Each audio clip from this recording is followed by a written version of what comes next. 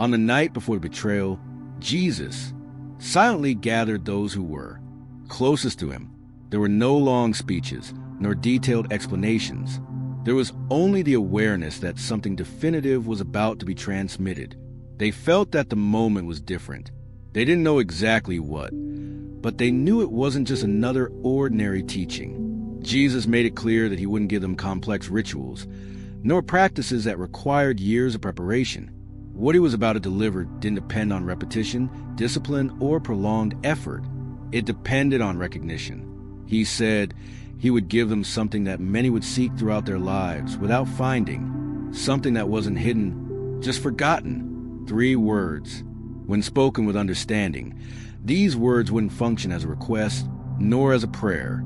They would make the door open. The monad would recognize whoever said them, not because it was forced to respond, but because it would be recognizing itself. The disciples were surprised.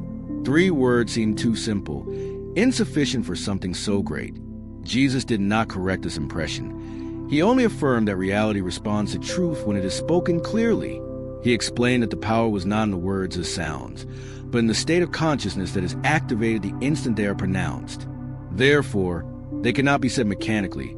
They would not function as a mantra repeated without understanding.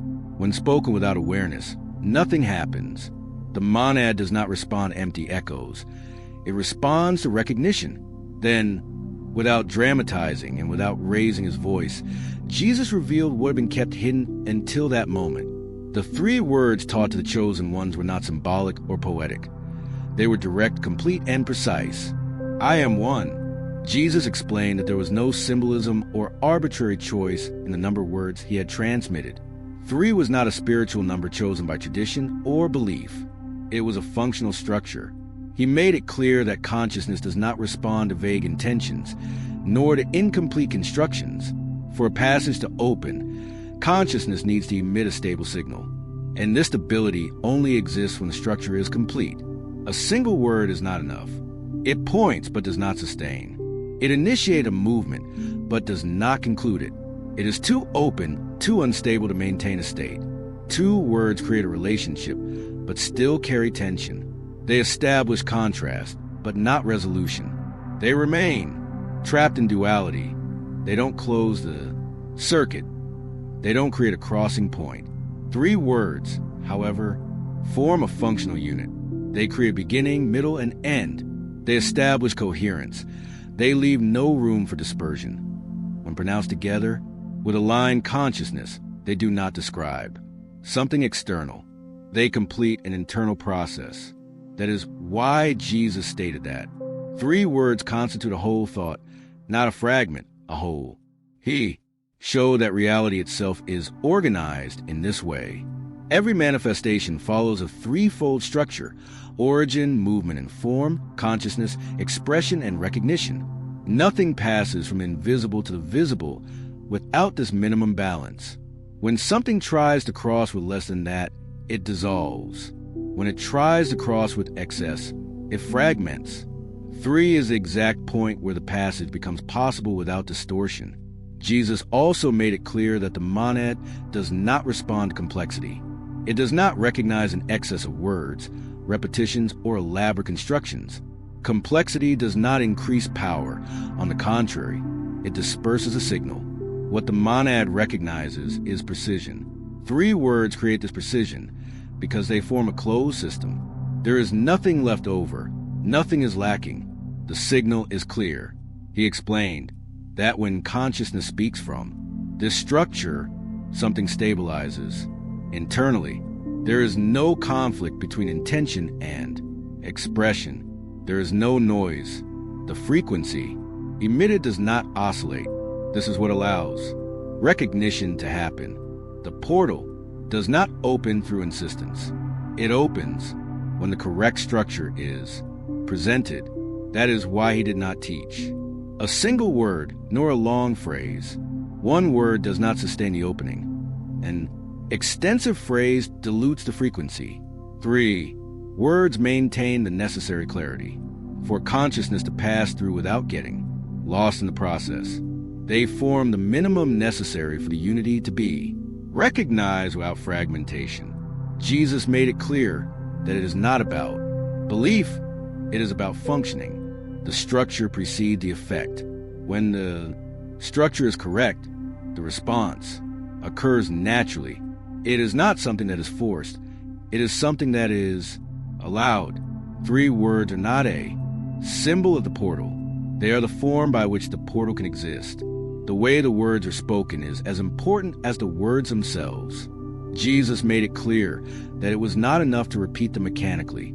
The monad does not respond to sound, nor to vague intention. It responds to the state of consciousness present at the moment the words are spoken. Therefore, before speaking, an internal alignment is necessary, not an effort, but a return to stillness. He taught that the first step is silence. Not silence as a technique, nor as a complex exercise. Just stop. Let the internal noise calm down. Thoughts slow down. The body relaxes. Attention withdraws. Words should not be born from mental impulse, but from that space where consciousness is stable. To speak from agitation is to speak from separation, and the monad does not recognize this state. After silence comes perception. Before pronouncing any word, it is necessary to feel it, not think about it, not analyze it, but allow the meaning to be lived from within. When consciousness recognizes what is being said, the body responds. There is a subtle change, a feeling of broader presence, as if attention ceased to be confined to thought and spread out. Jesus taught that each word should be felt in this way, not quickly, not in a hurry to reach the end. Recognition happens in the interval between feeling and speaking. It is at this point that the correct frequency is formed. Words carry what is being experienced internally. If consciousness is fragmented, the frequency will also be. If there is unity, the frequency expresses that unity. Only then should words be spoken aloud, not whispered, not shouted, clearly with quiet firmness, not as an affirmation one wishes to believe, but as something already recognized as true. When pronounced in this way, they cease to be sounds and become a signal. Consciousness emits a signature that does not try to convince or ask. It simply presents itself. This is what Mon recognizes. Not repetition, not hope, not effort. It recognizes a consciousness that speaks from the correct alignment. When this happens, the response is immediate, not because something was forced to happen, but because that which has always been in. Unity has recognized itself as such again. When the 3 words are said correctly, the effect is not symbolic, nor imagined. Jesus explained that something real happens in consciousness at the exact moment the monad recognizes a sign. The change does not begin as a vision or an idea, but as a direct response within the body and perception. It is an immediate shift from the common state of separation to a state of unity in the process of opening. The first sign usually arises in the center of the chest, not as an emotion, but as a clear physical sensation. Some people describe it as a pressure that is undone, others as a fitting that is loosened. It is as if something that has been stuck for a long time finally gives way. Jesus taught that this is a seal of separation breaking. It's not imaginary. It's the body reacting to the change in the frequency of consciousness. Then, perception begins to change. The surrounding environment may seem different, even without anything having changed externally. Space may seem wider or, in some cases, strangely close. The sensation of being inside the body weakens. This happens because consciousness ceases to perceive itself as an isolated point and begins to expand beyond its usual limits. Vision doesn't change, but the way one perceives oneself changes profoundly. Another common effect is a sensation of pulling. Often it arises at the top of the head, sometimes in the heart. It's not uncomfortable. It's like a silent call, a gentle force pulling attention beyond the ordinary state. Jesus described this as a portal responding. The monad recognizes the correct frequency and initiates the opening. It is not something that can be controlled. Resisting interrupts the process. Allowing deepens it. For some, this response is immediate and complete. The words are spoken. The change happens, and the perception of separation dissolves intensely. There is a clear feeling of unity, of total recognition. For others, the process is gradual. The words are spoken correctly. The change begins, but the portal opens only partially. This is not failure, it is adjustment. Consciousness is being tuned until the frequency is exact. Jesus made it clear that from the moment the words are spoken with true understanding, something irreversible is activated. Even if the opening is not complete the first time, the monad has already recognized the signal. Consciousness begins to reorganize itself. In the following days, thoughts, perceptions, and sensations begin to align differently. The unity begins to become familiar. The most important thing is to understand that none of this happens because one tried to achieve something new. What occurs is a remembering. Consciousness is not going somewhere else. It is returning to what it always was. When the three words are said correctly, what changes is not reality. What changes is the point from which it is perceived. Jesus made it clear that the moment the word is said is as decisive as the way they are pronounced. It is not just about saying the words correctly, but about doing it in the right state. That is why he insisted that it not be tomorrow, nor at any other time.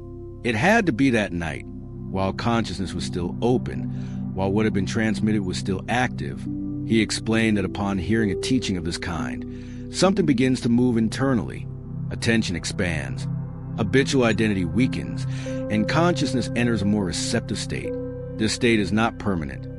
It arises, remains for a period, and then dissipates. Most people don't realize this, but Jesus knew exactly how this process works. He knew that right after recognition, resistance is still low. That night the disciples were in a different state than usual. Everything they had heard had displaced them from their automatic way of thinking. Fear, expectation, and the intensity of the moment had broken old patterns. The analytical mind had not yet regained control. IT was during this interval that the words should be spoken, not afterward, not when everything had already returned to normal. Jesus explained that by waiting, consciousness returns to its previous state. The defenses reorganize themselves. The habit of separation is reinstated. The same person who is open begins to question, doubt, rationalize. The words can still be spoken, but the effort will be greater. The alignment will require more time. The opening will be more difficult, not because something has been lost, but because the ideal moment has passed. He said that that night was special because the veil was thinner, not in a symbolic sense, but psychologically and perceptively. When the mind begins to quiet down before sleep, conscious control diminishes. Attention turns inward. It is at this moment that consciousness becomes more malleable.